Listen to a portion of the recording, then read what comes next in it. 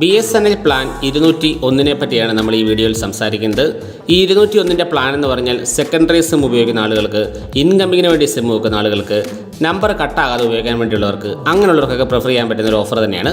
പ്രത്യേകം ഓർക്കുക, ഈ ഒരു ഓഫർ ലഭിക്കുന്നത് GP2 കസ്റ്റമേഴ്സിന് മാത്രമാണ്.